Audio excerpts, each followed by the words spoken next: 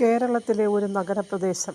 അവിടത്തെ ഒരു പോലീസ് സ്റ്റേഷനിൽ രാവിലെ 10 മണിയോടെ ഒരമ്മ നെഞ്ചത്തടിച്ചു നിലവിളിച്ചുകൊണ്ട് ഓടിയെത്തി. ആ അമ്മയുടെ ഗൾഫിലായിരുന്ന മകൻ മനോജിൻ്റെ മരണത്തെക്കുറിച്ചുള്ള സംശയം നീക്കിത്തരണം എന്നായിരുന്നു അപേക്ഷ. അമ്മയുടെ പേര് സരളാമ്മ. സരളാമ്മയുടെ മകൻ ഗൾഫിലാണ്. വിവാഹം കഴിഞ്ഞു ഭാര്യയുമൊത്ത് 10 കിലോമീറ്റർ മാത്രം അകലെയുള്ള വീട്ടിലായിരുന്നു താമസം. ഒരു ദിവസം ആരോ ഒരാൾ ഫോൺ ചെയ്തു പറഞ്ഞു അമ്മയുടെ മകൻ മരിച്ചു എന്നും ബോഡി വീട്ടിലുണ്ട്, ആക്സിഡൻറ്റിലാണ് മരിച്ചത് എന്നും.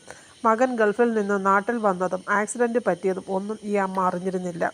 അതുകൊണ്ട് തന്നെയായിരുന്നു അമ്മയ്ക്ക് സംശയമുണ്ടായത്. അമ്മയോട് കാര്യങ്ങൾ ചോദിച്ചറിഞ്ഞപ്പോൾ പോലീസിനും എന്തൊക്കെയോ ദുരൂഹത തോന്നി. അവർ ഉടൻ തന്നെ ബോഡി കിടക്കുന്ന മരുമകളുടെ വീട്ടിലേക്ക് ചെന്നു. അവിടെ ചെന്നപ്പോൾ ശവസംസ്കാരത്തിനുള്ള സമയമെടുത്തിരുന്നു. അപ്പോൾ പോലീസ് പറഞ്ഞു, ബോഡി ഇപ്പോൾ സംസ്കരിക്കാൻ പറ്റില്ല, ഞങ്ങൾക്ക് ഒരു പരാതി കിട്ടിയിട്ടുണ്ട്. മരിച്ച ആളുടെ അമ്മയാണ് പരാതിക്കാരി, അതുകൊണ്ട് ഈ ബോഡി ഇപ്പോൾ സംസ്കരിക്കാൻ പറ്റില്ല. ഇത് കേട്ട് ഭാര്യ ദേവിക ഒന്ന് പേടിച്ചു. പോസ്റ്റ്മോർട്ടം റിപ്പോർട്ടിൽ എന്തോ വിഷം ഉള്ളിൽ ചെന്നാണ് മരിച്ചത് എന്ന് കണ്ടെത്തി. പോലീസ് ദേവികയോട് എന്തുകൊണ്ടാണ് ആക്സിഡൻറ്റ് കാര്യം അമ്മയോട് പറയാതിരുന്നത് എന്ന് ചോദിച്ചപ്പോൾ അപ്പോഴത്തെ ടെൻഷനിൽ മറന്നുപോയി എന്നാണ് പറഞ്ഞത്. അതിൽ പോലീസിന് അപ്പോൾ തന്നെ ഒരു പന്തികേട് തോന്നി.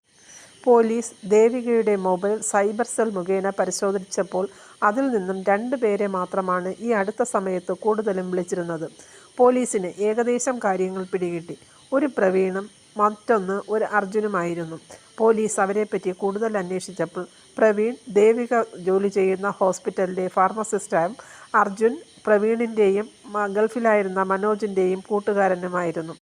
അർജുനെ പോലീസ് ചോദ്യം ചെയ്യാൻ വേണ്ടി വിളിപ്പിച്ചു. പോലീസ് പറഞ്ഞു, അർജുൻ, ഇനി നീ ഒന്നും ഒളിക്കേണ്ട, എല്ലാം ദേവിക പറഞ്ഞു, നിന്നെ അറസ്റ്റ് ചെയ്യാൻ പോവുകയാണ്.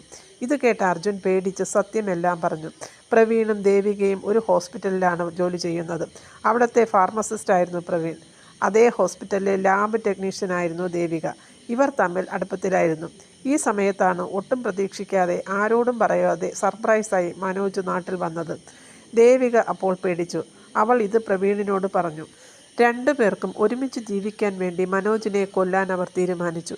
മനോജ് വന്നതിൻ്റെ പിറ്റേ ദിവസം അർജുൻ മനോജിനെ ഫോൺ ചെയ്ത് ഇന്ന് രാത്രി നമുക്കൊന്ന് കൂടണം എന്ന് പറഞ്ഞു. അങ്ങനെ അന്ന് രാത്രി അവർ മനോജിൻ്റെ ഫ്ലാറ്റിൽ അർജുൻ എത്തുകയും അവിടെ വച്ച് ദേവികയുടെ മൗന അനുവാദത്തോട് അമിതമായി മദ്യപിച്ചിരുന്ന മനോജിനെ അർജുൻ താഴേക്ക് തള്ളിയിടുകയും ചെയ്തു. ദേവിക വളരെ നിഷ്കളങ്കയായി ഉച്ചത്തിൽ നിലവിളിച്ച് ആളെ കൂട്ടി. ആൾക്കാർ ഓടിക്കൂടുകയും ഉടൻ തന്നെ ഹോസ്പിറ്റലിൽ എത്തിക്കുകയും ചെയ്തു. ദേവികയും അർജുനും വിചാരിച്ചത് മനോജ് മരിക്കുമെന്നാണ്. എന്നാൽ ഡോക്ടർ കുറച്ചു കഴിഞ്ഞ് വന്ന് പറഞ്ഞു, ഭാഗ്യം കൊണ്ട് മാത്രം ഗുരുതരമായ പരുക്കുകളൊന്നും പറ്റിയിട്ടില്ല. 2 കാലിനും ഫ്രാക്ചറുണ്ട്, അതുപോലെ തലയ്ക്കും മുറിവുണ്ട്. കുറച്ചു ദിവസം ഹോസ്പിറ്റലിൽ കിടക്കേണ്ടി വരുമെന്നാണ്.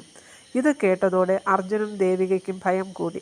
കാരണം മനോജിന് ബോധം വന്നാൽ തന്നെ അർജുൻ മുകളിൽ നിന്നും തള്ളിയിട്ടത് ആണെന്ന് പറയുമെന്ന് അവർക്ക് അറിയാമായിരുന്നു. ദേവിക ഉടൻ തന്നെ തൻ്റെ കാമുകനായ പ്രവീണിനെ ഫോൺ ചെയ്തു കാര്യം പറഞ്ഞു. പ്രവീൺ പറഞ്ഞു കൊടുത്തതനുസരിച്ച് ആശുപത്രി അധികൃതരോട് തനിക്ക് ഇവിടെ കിടത്തി ചികിത്സിക്കാൻ പണമില്ലെന്നും ഇതുപോലെ തന്നെ വീട്ടിൽ കൊണ്ടുപോയി കിടത്തിക്കൊള്ളാമെന്നും പറഞ്ഞപ്പോൾ അവിടുത്തെ ലാബ് ടെക്നീഷ്യൻ കൂടിയായ ദേവികയെ വിശ്വസിച്ച് ഡിസ്ചാർജ് ചെയ്തു. അവിടെ കൊണ്ടുവന്നതിന് ശേഷം പുറത്തുള്ള ആർക്കും മനസ്സിലാകാത്ത ഒരു മരുന്ന് പ്രവീൺ ദേവികയ്ക്ക് പറഞ്ഞു കൊടുക്കുകയും ദേവിക അതുപോലെ പ്രവർത്തിക്കുകയും ചെയ്തു. മരുന്ന് ഇഞ്ചക്റ്റ് ചെയ്ത് കുറച്ചു കഴിഞ്ഞപ്പോൾ ശ്വാസം മുട്ട് പോലെ വന്ന മനോജിനെ ദേവിക കട്ടിലിൽ നിന്ന് തള്ളി താഴെയിട്ടു. മനോജ് പിടയുന്നത് ഒരു മനസാക്ഷിയുമില്ലാതെ ദേവിക കണ്ടുകൊണ്ടു നിന്നു. അവസാനം പിടഞ്ഞു മനോജ് മരണത്തിന് കീഴടങ്ങി. മരിച്ചു എന്നറിഞ്ഞപ്പോൾ അലറിക്കരഞ്ഞ് ബഹളം വെച്ച് നാട്ടുകാരെല്ലാം ഓടിക്കൂടി ഹോസ്പിറ്റലിൽ കൊണ്ടുപോയെങ്കിലും മരണം സംഭവിച്ചതായി ഡോക്ടർ സ്ഥിരീകരിക്കുകയും ചെയ്തു. നാട്ടുകാർ കാണാൻ വേണ്ടി ഒരുപാട് കരഞ്ഞഭിനയിച്ചു ദേവിക നിന്നു. ആ സമയത്താണ് ആരോ പറഞ്ഞ് തൻ്റെ മകൻ മരിച്ചതറിഞ്ഞ് ഓടിപ്പാഞ്ഞെത്തിയ സരളാമ്മയ്ക്ക് അപ്പോൾ തന്നെ ദേവികയുടെ കാര്യത്തിൽ സംശയം തോന്നി.